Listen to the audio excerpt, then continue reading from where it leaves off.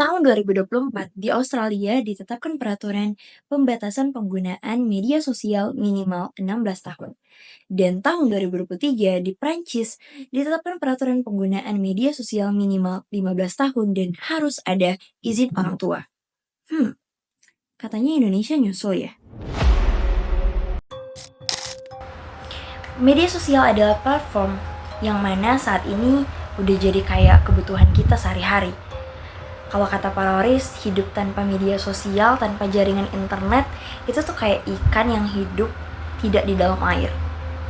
Dan saya setuju akan hal itu, Pak. Karena melihat keadaan kita saat ini, yang mana media sosial itu digunakan oleh semua kalangan, baik itu dari anak-anak hingga orang dewasa, tentu sudah tidak dapat dipungkiri lagi bahwa media sosial itu sudah menjadi salah satu yang tidak bisa terlepas dari kehidupan kita. Dan memang saya sering menemukan anak-anak di bawah 5 tahun itu sama orang tuanya dikasih gadget, dikasih YouTube ya, video YouTube biar mereka tuh bisa makan, biar mereka bisa tidur gitu. Dan tanpa disadari ini membawa dampak yang cukup serius sebenarnya bagi anak-anaknya. Sehingga untuk mengurangi peluang dampak-dampak negatif ini, pemerintah berencana membuat aturan baru mengenai pembatasan penggunaan media sosial. Prinsipnya gini, sambil menjembatani aturan yang lebih ajak, pemerintah akan mengeluarkan aturan pemerintah terlebih dahulu. Itu sambil kemudian kajian yang terkait dengan perlindungan anak lebih kuatnya lagi, yang memang tidak bisa di ranah kementerian karena harus melibatkan DPR, itu juga kita akan siapkan. Jadi sambil menjembatani, sekali lagi kita keluarkan aturannya sambil bicara dengan DPR mengenai apa yang aturan undang-undang seperti apa yang kita bisa keluarkan untuk melindungi anak-anak kita. Hal ini menarik perhatian banyak pihak karena mengingat keterlibatan anak dalam media sosial yang cukup banyak.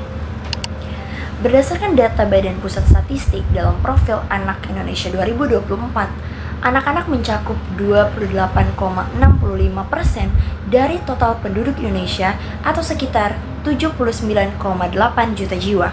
Sementara itu, data Asosiasi Penyelenggara Jasa Internet 2024 menunjukkan bahwa penetrasi internet pada generasi Z yang lahir antara 1997 hingga 2012 mencapai 87,2%.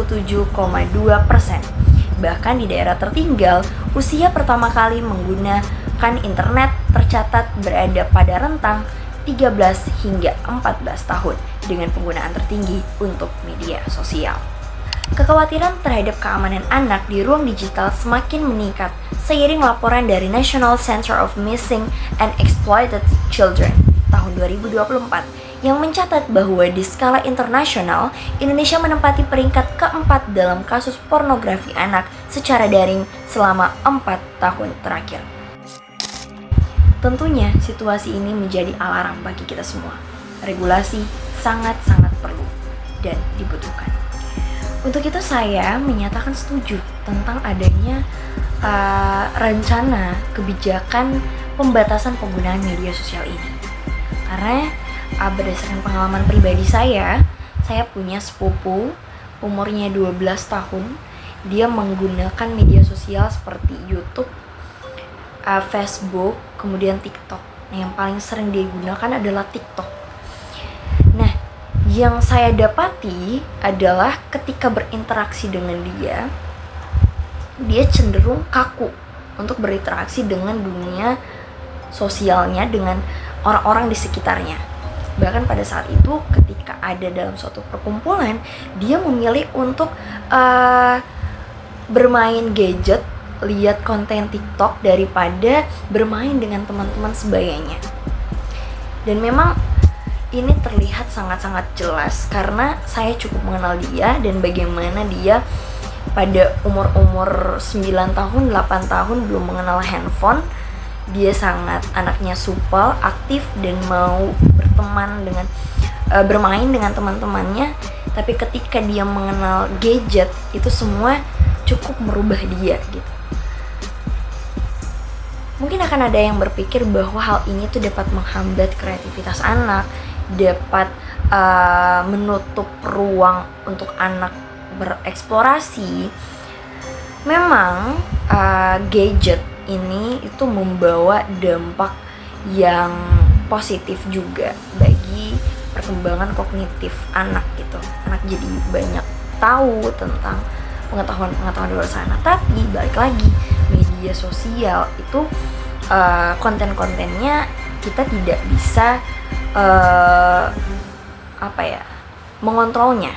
Kita tidak bisa mengendalikannya. Dan tidak menutup kemungkinan akan ada konten-konten negatif yang di luar keinginan kita, dan kemudian itu dikonsumsi oleh anak-anak sehingga membawa dampak yang negatif. Ditambah lagi, anak usia di bawah 13 tahun itu dianggap belum matang secara emosional. Mereka cenderung mengikuti dan tidak bisa untuk menyaring, tidak bisa untuk memfilter, sehingga sangat-sangat rentan bagi mereka. Tapi menurut saya 13 tahun itu juga belum semata-mata bisa langsung menggunakan media sosial. Kenapa? Karena ketika dia umur 13 tahun itu juga sebenarnya belum menjamin dia sudah matang secara mentalnya, sehingga masih butuh kontrol dari orang tua. Balik lagi, karena konsepnya ini anak-anak, tentunya sangat-sangat dibutuhkan peran dari orang tua. Apabila orang tua sudah mengizinkan, sudah menganggap bahwa anak itu siap secara mentalnya untuk menggunakan media sosial, maka anak tersebut sudah dikatakan layak.